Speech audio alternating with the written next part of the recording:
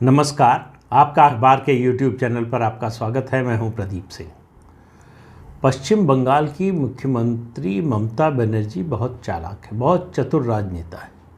वो अपना दांव बहुत देख सोच समझ कर चलती हैं और कभी जल्दबाजी में नहीं रहती। उन्होंने विपक्षी एकता के मामले में जो पहल की थी, उसके बाद उन्होंने अपने कदम पीछे खींच लिए और चुपचाप बैठ गई। राष्ट्रपति चुनाव में पहल की, कदम पीछे खींच लिए।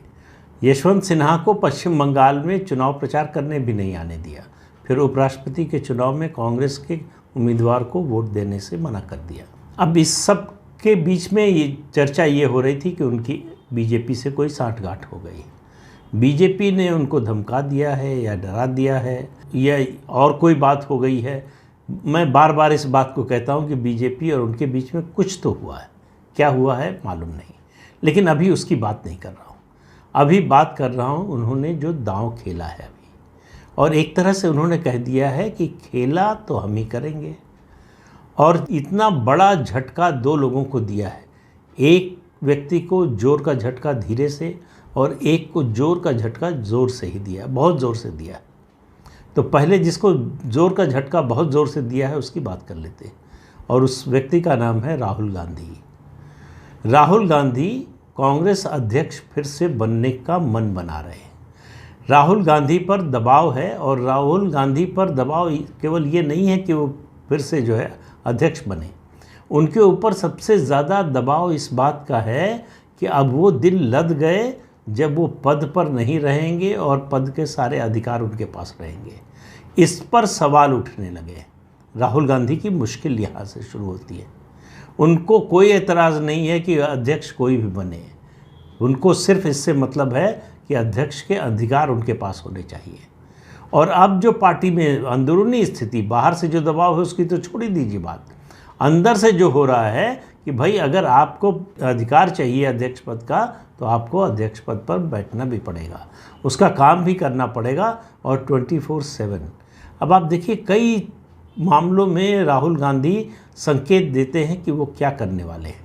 आज प्रेस कॉन्फ्रेंस में उनसे पूछा गया कि क्या वो अध्यक्ष बनने जा रहे हैं, तो उन्होंने कोई सीधा जवाब नहीं दिया। उन्होंने कहा अध्यक्ष पद का चुनाव हो रहा है, अगर मैं बनना चाहता हूँ बनूंगा तो नॉमिनेशन करूँगा, तो पता चल जाएगा आपको, और अगर नॉमिनेशन नहीं करूँगा तब भी आपको बता दूँगा कि क्यों नहीं किया। तो ये बहुत लंबे समय बाद पहली बार है कि सार्वजनिक रूप से राहुल गांधी ने अध्यक्ष बनने से सीधे मना नहीं किया। तो क्या वो अध्यक्ष बनने जा रहे हैं, एक सवाल ये है।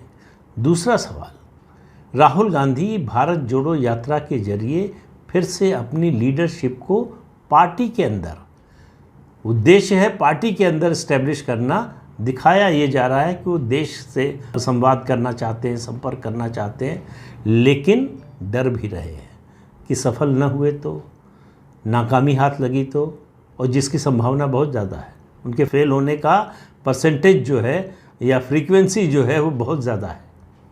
तो इसलिए एक सवाल के जवाब में उन्होंने बहुत तेज़ी और तल्खी से कहा कि इस यात्रा का मैं नेतृत्व तो नहीं कर रहा हूँ, इस यात्रा में मैं शामिल हूँ। अब इसके 2-3 मतलब निकालिए। एक कि यात्रा अगर नाकाम होती है, यात्रा अगर फेल होती है, तो उसका जो है जिम्मा, उसकी जवाबदेही उनकी नहीं है। अगर उसके अलावा अगर वो बीच में चले जाते हैं, जिसकी पूरी संभावना, मुझे तो अब भी विश्वास नहीं हो रहा है कि राहुल गांधी 150 दिन लगातार पैदल चलेंगे और किसी कार्यक्रम से जुड़े रहेंगे। तो उन्होंने अपना रास्ता जो है, पतली गली जो है, तलाश ली है कि वो नेतृत्व, भाई अगर नेतृत्व कर रहे होते तो सवाल उठता कि जो यात्रा का नेतृत्व कर रहा है वही गायब हो गया। तो अब उस आलोचना का दरवाज़ा उन्होंने धीरे से बंद कर दिया है। तो आप मान कर चलिए कि राहुल गांधी बीच में बाहर मतलब विदेश जाएंगे ज़रूर। कब जाएंगे ये मालूम नहीं, लेकिन मुझे पक्का लगता है, उनका जो पिछला ट्रैक रिकॉर्ड है उसको देखकर कह रहा हूँ, और कोई जानकारी के आधार पर नहीं कह रहा हूँ। तो एक तो ये किया। तो राहुल गांधी की जो महत्वाकांक्षा है कांग्रेस पार्टी का, बल्कि पार्टी क्यों कहें, मतलब गांधी परिवार की, सोनिया गांधी, राहुल गांधी, प्रियंका वाड्रा, ये 3 लोग हैं जिनसे कांग्रेस बनती है। कांग्रेस के बारे में ये भ्रम दूर कर लेना चाहिए कि और कोई वो पार्टी है। परिवार ही पार्टी है, पार्टी ही परिवार है। तो इसलिए जो है परिवार से बाहर पार्टी का कोई अब अर्थ नहीं रह गया।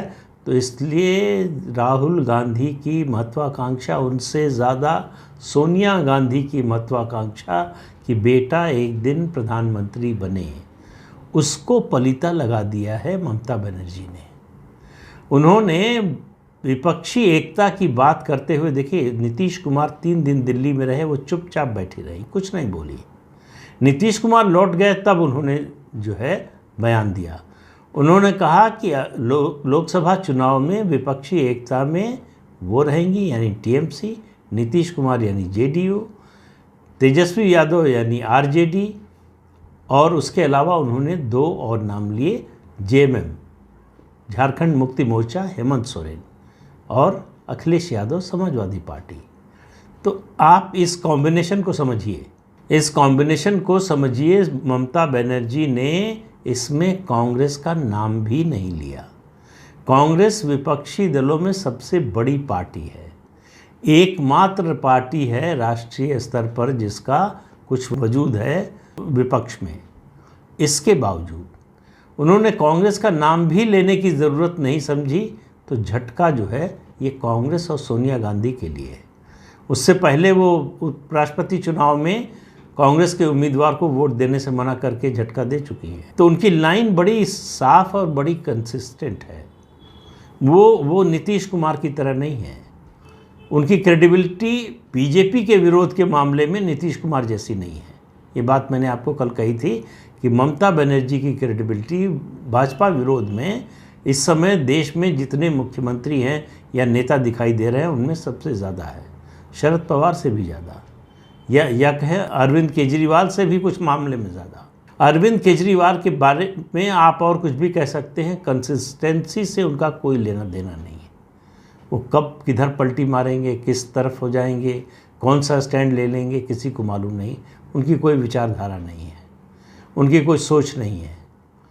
वो पारे की तरह हैं वो और उनकी पार्टी। जहाँ रख दीजिए जिस बर्तन में उसी का शेप ले लेते हैं।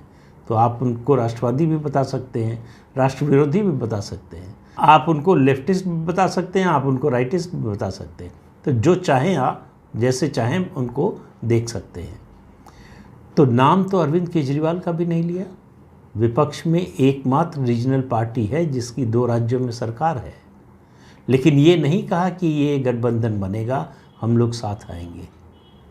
और उन्होंने नाम उन शरद पवार काका का भी नहीं लिया जो विपक्षी एकता की बड़ी कोशिशें कर रहे थे, रोज़ सबको बुला रहे थे। क्यों नहीं लिया? और 2 चीज़ें हुई इस बीच में, इधर पिछले कुछ महीने में। वैसे ममता बनर्जी को मालूम है कि शरद पवार जो करते हैं सोनिया गांधी की सलाह से करते हैं। ये विपक्षी एकता का जितना नाटक हुआ वो सब सोनिया गांधी की सलाह पर शरद पवार ने जब भी बैठक बुलाई उसका नेतृत्व जो है एक तरह से शरद पवार ने पर्दे के पीछे से किया। दूसरा, राष्ट्रपति के चुनाव के मौके पर यशवंत सिन्हा की उम्मीदवारी को लेकर उन्हें कांग्रेस और शरद पवार दोनों से नाराज़गी है। दोनों ने जिस तरह का खेल खेला, नाम उन्होंने दिया और उसके बाद गेंद वो अपने पाले में ले गए। शरद पवार की ये चालाकी उनको पसंद नहीं आई। उन्होंने उद्धव ठाकरे का भी नाम नहीं लिया जिनसे मिलने मुंबई तक गई थी। तो कांग्रेस का नाम नहीं लिया, अरविंद केजरीवाल का नाम नहीं लिया, शरद पवार का नाम नहीं लिया और के चंद्रशेखर राव का भी नाम नहीं लिया, जो हल्दी लेकर पूरे देश में घूम रहे थे, विपक्षी एकता करा रहे थे। वो उनका घोषित स्टैंड है कि वो जो गठबंधन बनाना चाहते हैं उसमें कांग्रेस नहीं है। हालांकि अब थोड़ा ढीले पड़ गए हैं, तैयार हैं कि कांग्रेस भी शामिल हो सकती है। इसके बावजूद ममता बनर्जी ने उनका नाम नहीं लिया। तो एक तरह से ममता ने घोषणा कर दी कि जो भी विपक्षी गठबंधन बनेगा उसमें कांग्रेस नहीं होगी।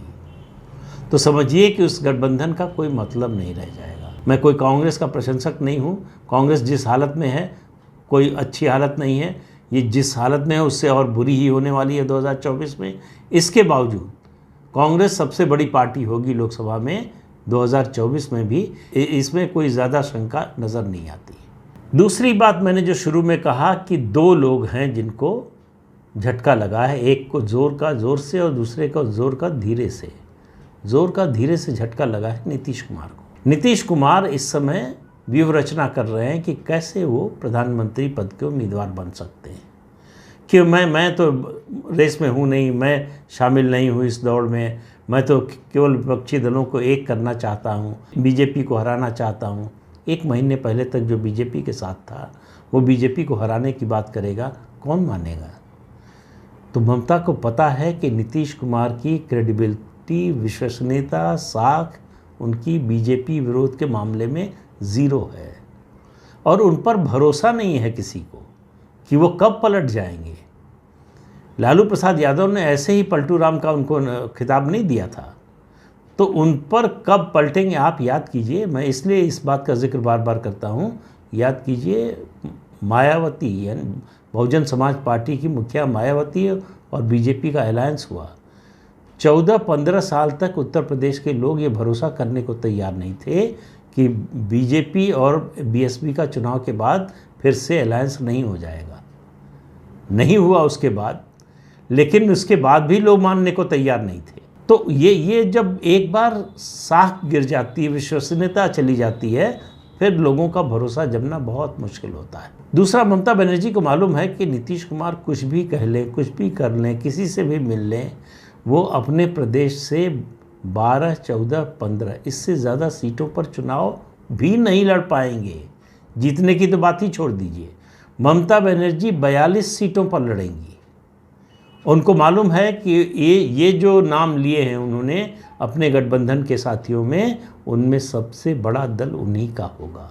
तो आप ममता बनर्जी की चाल देखिए, आप समझने की कोशिश कीजिए। उन्होंने वो गठबंधन का खाका खींचा है जहां वो नंबर 1 हो। तो इसीलिए वो कह रहे हैं खेला होबे, मतलब खेला तो बंगाल से ही होगा और इस खेला में जो है महारानी वही होंगी, बाकी सब आजू बाजू होंगे, लेकिन फैसले वही करेंगी। हमला बीजेपी पर करने में सबसे आगे वही रहेंगी, क्योंकि तेजस्वी की महत्वाकांक्षा बिहार से बाहर नहीं है अभी, अखिलेश यादव की उत्तर प्रदेश से बाहर नहीं है, हेमंत सोरेन की झारखंड से बाहर नहीं है। नीतीश कुमार ममता बनर्जी के सामने पिद्दी नज़र आते हैं, कोई हैसियत नहीं है। राजनीतिक हैसियत की बात कर रहा हूँ मैं, व्यक्तिगत किसी के बारे में कुछ नहीं कह रहा हूँ। तो ममता बनर्जी की जो राजनीतिक हैसियत है और बीजेपी जिस तरह से विधानसभा चुनाव के बाद पीछे हटी है, उसने कदम हटाया है, उसके बाद ऐसा लगता है कि ममता बनर्जी की सीटें बढ़ सकती हैं। हालांकि 1.5 साल बाकी है और बीजेपी है। ख़ास तौर से प्रधानमंत्री नरेंद्र मोदी और अमित शाह की बीजेपी ये हार नहीं मानती जल्दी, ये पीछे नहीं हटती उस तरह से चुनाव के मैदान से। तो तैयारियां शुरू हो गई हैं। कितना स्थिति को सुधार पाएंगी, पिछली बार जितनी सीटें मिली थी 18, वहाँ तक पहुँचेगी नहीं पहुँचेगी, ये सब भविष्य के सवाल है। लेकिन अभी आज जो स्थिति है उसमें विपक्षी एकता के मामले में ममता बनर्जी ने बिल्कुल स्पष्ट कर दिया है कि वो पूरब के, और उसमें उत्तर का एक उत्तर प्रदेश भी मिला लीजिए, तो पूरब के राज्यों की एकता के पक्ष में हैं, जहां वो सबसे बड़ी नेता बनकर उभरे। उस ताकत के आधार पर वो फिर सौदेबाजी करेंगी विपक्ष से। लेकिन मेरा मानना है कि वो ममता बनर्जी हो, चाहे नीतीश कुमार हो, अरविंद केजरीवाल हो, केसीआर हो, शरद पवार हो या राहुल गांधी हो, किसी के लिए सौदेबाजी की नौबत 2024 में आने वाली नहीं है। लेकिन हम लोग बचपन में अंताक्षरी खेलते समय बोलते थे ना कि समय बिताने के लिए करना है कुछ काम, तो उसी तरह से इन दलों के नेता भी समय बिताने के लिए ये काम कर रहे हैं। नीतीश कुमार कल ही बोल रहे थे कि कहाँ है जंगल राज। भागलपुर में उन्होंने मीडिया के लोगों से कहा कोई जंगल राज नहीं है, यहाँ जनता का राज है। और जिस समय वो कह रहे थे उसी समय या उससे कुछ घंटे आगे पीछे पटना में, बिहार की राजधानी पटना में जनता पुलिस वालों को दौड़ा कर मार रही थी। 4 पुलिस वाले घायल हो गए। तो ये जनता का राज है नीतीश कुमार के मुताबिक। तो इससे आप अंदाज़ लगा लीजिए कि नीतीश कुमार कितने पानी में हैं। और जिस नए घर में गए हैं उसके बचाव के लिए उन्हें आने वाले दिनों में क्या क्या करना पड़ेगा, ये देखते रहिए। लेकिन ममता बनर्जी ने अपनी चाल चल दी है। ये शह और मात वाली चाल है, इसकी काट किसी के पास नहीं है। शरद पवार भले ही रविवार को उनकी पार्टी का राष्ट्रीय सम्मेलन है, कह रहे हैं कि उसमें विपक्षी एकता का खाका तैयार करेंगे, ब्लूप्रिंट तैयार करके सामने रखेंगे। पूछ कौन रहा है? तो ममता बनर्जी ने 2 प्रधानमंत्री पद के 2 दावेदारों को ध्वस्त कर दिया है। लेकिन देखिए आगे आगे होता है क्या। वो शेर है ना कि इब्तिदाए इश्क है रोता है क्या, आगे आगे देखिए होता है क्या। तो अगले अंक में फिर मिलेंगे किसी नए मुद्दे के साथ। तब तक के लिए इजाज़त दीजिए। आपसे अनुरोध है कि इस चैनल को देखिए, शेयर कीजिए, लाइक कीजिए और सब्सक्राइब ज़रूर कीजिए। नमस्कार।